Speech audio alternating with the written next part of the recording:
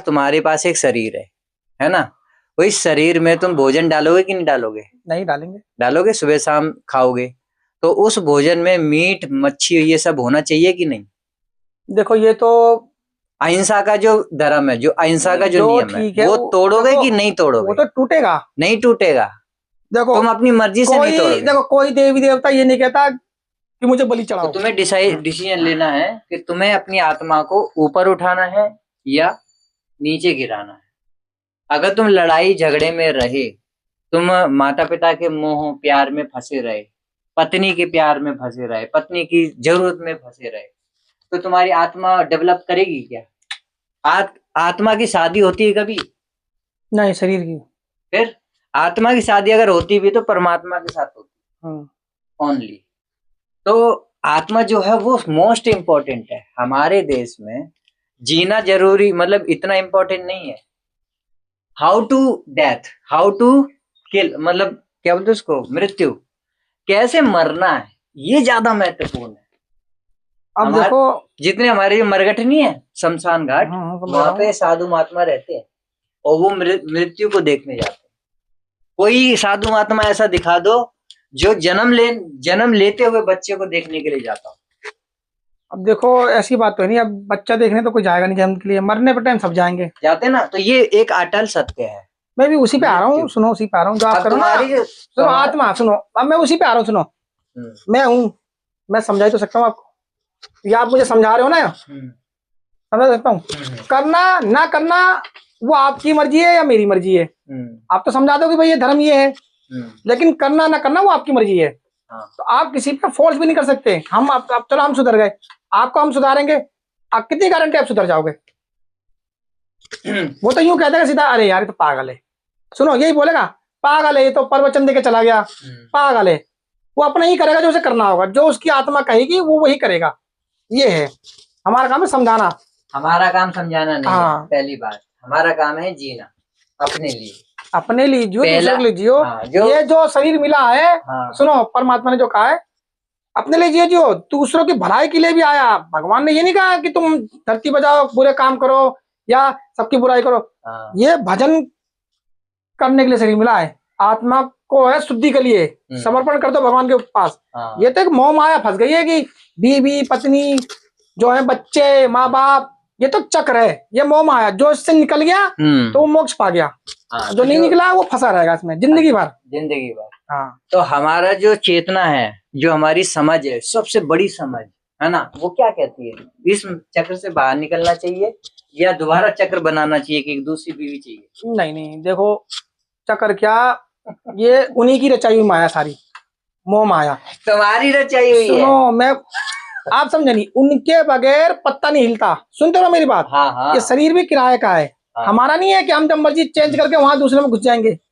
ये सब कर्मों का हिसाब होता है। अपने जैसा आपका कर्म वैसे आपका शरीर। आदमी की जिंदगी का मकसद क्या है फिर? आदमी की शरीर जिंदगी का मकसद भाई यही है, जब ऊपर से आते हैं भगवान के पास से, तो ये वही जाना तो वही है। वहां जाओगे तो आपका हिसाब होगा, कितने कर्म करें आपने, कितने पाप करें, कितने पुण्य करें। जो लेखा जो आया, जो पूर्व पिछले जन्म का होगा वो भी जुड़ेगा। जो हिसाब की जो जगह बता रहे हो ना, ये हिसाब की जगह पे नहीं जाना होता। ये तो तुम ऑलरेडी मरोगे तो जाओगे, वो तो यमराज की जगह है। मैं वही उसी मुद्दे पे आ रहा हूँ। मुद्दे पे आ रहे हो। सुनो तो सही, पूरी बात नहीं समझ रहे। सुनो पहले, जो वैदिक का जो मकसद है ना पूरी दुनिया का, वो है मोक्ष। याद रखो, मोक्ष तो पता है, लेकिन मोक्ष वो इसी पे आ रहा हूँ। मोक्ष पाओगे कैसे? तो यमराज के आगे मोक्ष थोड़ी मिलेगा। मोक्ष पाओगे जब भक्ति करोगे, स्नेह भाव रखोगे, दूसरों के प्रति ईर्ष्या खत्म करोगे, जलन खत्म करोगे, दूसरों को देख के लड़ाई झगड़ा नहीं करोगे, गुस्सा नहीं करोगे, मन शांत रखोगे। किसी में है आजकल अब तुम ही देख लो, तुम अभी बना लो, तुम्हारा पड़ोसी जल जाएगा तुरंत ही। ये खा कैसे रहा है, बना कैसे रहा है, ईर्ष्या आ गई तो मोक्ष कहाँ पाएगा वो? ये बता दो, मोक्ष मिल ही नहीं सकता। अरे तो उसकी ईर्ष्या से मेरे को क्या फर्क पड़ेगा, वो जब जलता रहेगा। आप मेरी बात, आपने कहा मोक्ष, तो मैं उसी पे आ रहा हूँ। आप भी ऐसी, अभी जैसे आप जा रहे हो, ये बताओ पूरे समाज का मोक्ष हो जाएगा? मेरी बात सुनो, अब उसी पे आ रहा हूँ। इंडिविजुअल होता है, गलत कहाँ करता? आप देखो, अभी किसी की लड़की बहू बेटी जा रही हो, हम खड़े हो, कोई दूसरा आके बोलते अरे यार उसकी बहू ऐसी है, उसकी लड़की से, उसी में फिर तुम भी बोल दोगे अरे हाँ यार मैंने इसको वहां देखा था उस दिन घूमते हुए। आ गई विचारधारा गलत हो गई तो मोक्ष कहाँ मिलेगा भाई? अरे तो ये सामाजिक बात है, मोक्ष तो तुम्हारी पर्सनल लाइफ है भाई साहब। यही छोटी छोटी बातें मोक्ष मिल जाती है अगर तुम ध्यान हटा दो। सारी बात मैं सुनो, पूरी बात सुनो, वो चल रहा सुनो। हाँ। इन सब चीजों से हटा दो ध्यान। ध्यान कहाँ होना चाहिए? सुनो तो सही, कौन जी रहा है, कौन मर रहा है, कौन क्या कर रहा है, हटा दो। एक ही पे ध्यान लगा दो, ईश्वर पे। कहाँ है ईश्वर? कैसे पता करोगे? अरे भाई ईश्वर जो है सत्य है। सुनो मेरी बात, सत्य तो है लेकिन है कहाँ? कैसे? ईश्वर मन में है अपने। अपना मन साफ रखो, ईश्वर आपके सामने। मन साफ नहीं रखोगे, गंदा रखोगे तो ईश्वर क्या? ईश्वर तो सब जगह है, हर कदम है।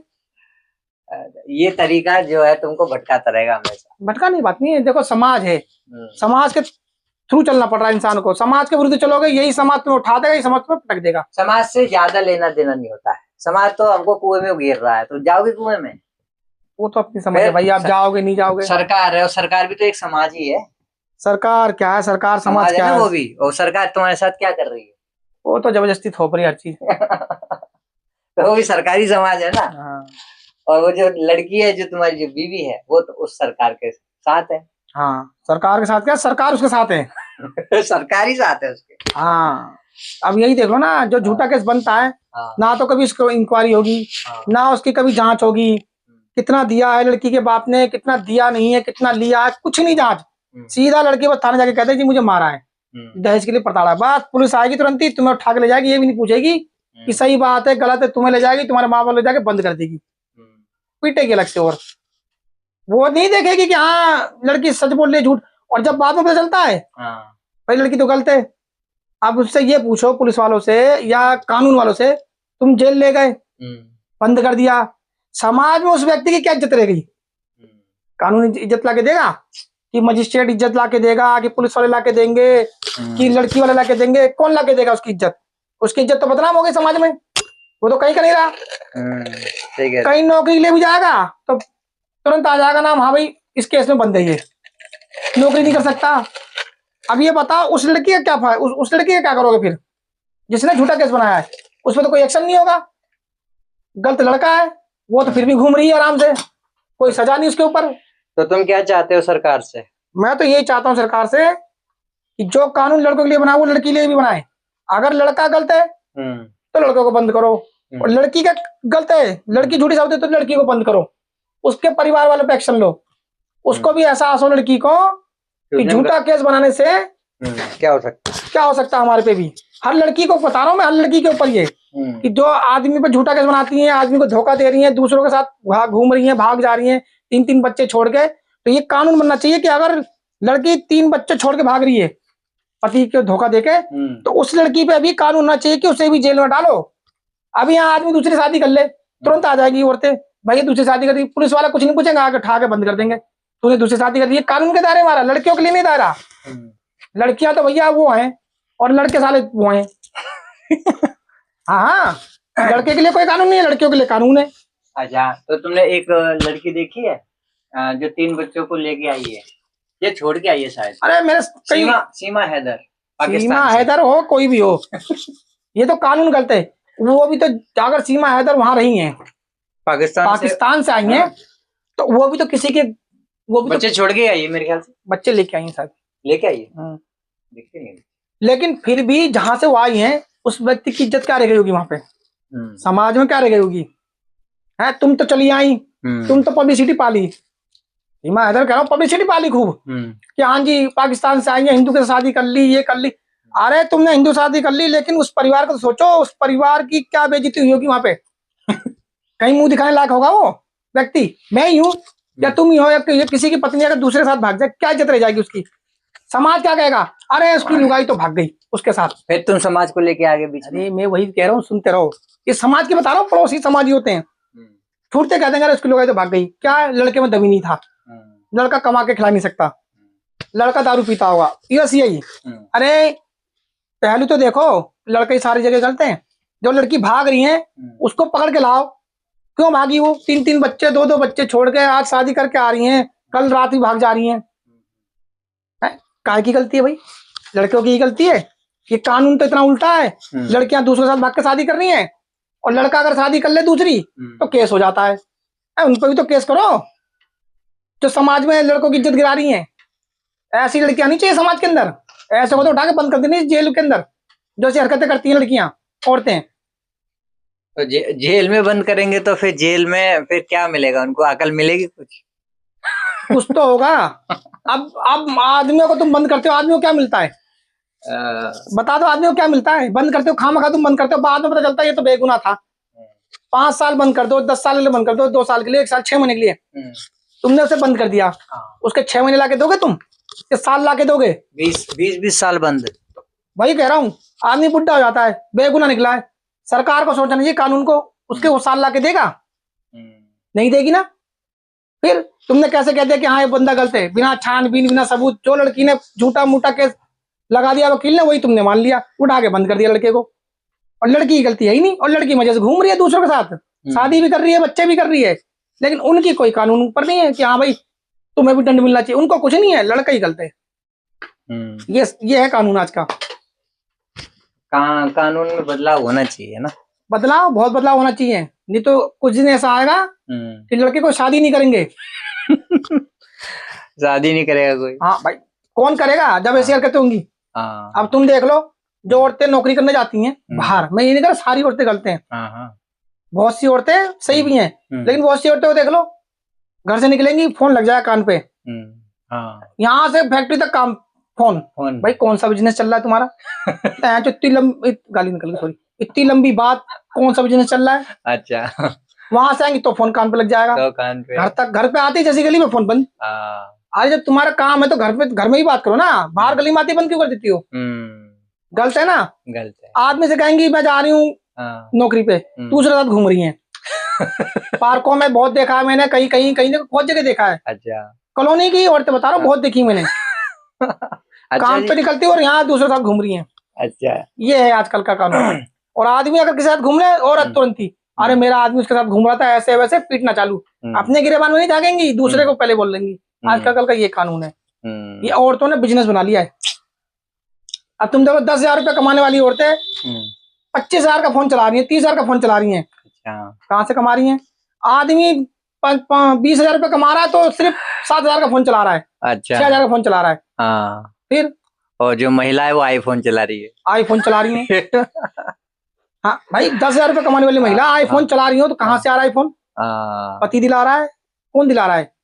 या EMI दिला रही है? हाँ, कौन दिला रहा है? या किस्तों पे ले रहे हो? कहाँ से ले रहे हो तुम? तो ये वही कानून है भैया। एक कानून जो है बहुत हमारे देश का बदलना चाहिए, नहीं तो इस कानून के दायरे में लड़के एक दिन ऐसा हो जाएंगे सब पिस जाएंगे। और ज्यादातर तो ये दहेज केस के मामले में, दहेज तो इतना बुरा कर दिया इन लोगों ने, लड़कियों ने धंधा बना लिया है। अगर थप्पड़ भी मार देना, जरा सी बात पे अगर मजाक में थप्पड़ मार दे, तुरंत फोन कर देंगे माँ के, आज तो उन्होंने मुझे मारा है, तुरंत उसकी माँ कहेगी आ जाओ। जरा गई दहेज केस चालू, जिसने मुझे मारा पीटा, चाहे मजाक में ही मारा हो। भाई किस घर में लड़ाई झगड़ा नहीं होता? कौन सी मियां बीवी में लड़ाई झगड़ा नहीं होता? दहेज का भी चक्कर बहुत बुरा है। हाँ, दहेज तो भैया पूरे देश को बर्बाद कर दिया है। दहेज देना, दहेज लेना देना कानूनी अपराध है। तो ये लड़की के बाप पे क्यों नहीं लागू होता? लड़की के बाप ने दहेज दिया ना, भाई तूने दहेज क्यों दिया? जब दहेज लेना देना दोनों कानून के दायरे में आ रहे हैं, अपराध है, तो लड़की के बाप को भी सजा दो ना कि उसने दहेज क्यों दिया। अगर लड़के वाले मांग रहे हैं तो तूने क्यों दिया दहेज? सही है भाई, तेरे पे भी तो कानून बनना चाहिए। दहेज लेना और देना कानूनी अपराध है, तो उस पे उन पे कोई केस नहीं बनता, वो अपराध नहीं है। और लड़के वाले नहीं मांगते हैं और वो अपनी मर्जी कुछ भी देते हैं, तो वो दहेज मांगा ना, उस पर केस है। कायदा कानून है भाई। कानून जब तुम दो बना रहे हो तो दोनों पक्ष में चलो ना, एक पक्ष में क्यों चलते हो? भाई लड़की के बाप ने भी तो कानून तोड़ा है दहेज देके। ये तो सही बात है भाई, कानून तो तोड़ा है लड़की के बाप ने दहेज देके। तो उसको भी तो बंद करो। उसको नहीं बंद करेंगे, लड़के वालों को पहले बंद करेंगे। तुमने दहेज मांगा है, जब लेना देना दोनों अपराध है, दोनों कानून के दायरे में आ रहे हैं, तो उनको भी तो बंद करो। ससुराल वालों को, उनके लड़कों के, उनके तो माँ बाप को बंद करो, लड़की के कुछ नहीं। अंधा कानून है हमारे देश का, अंधा ही रहेगा।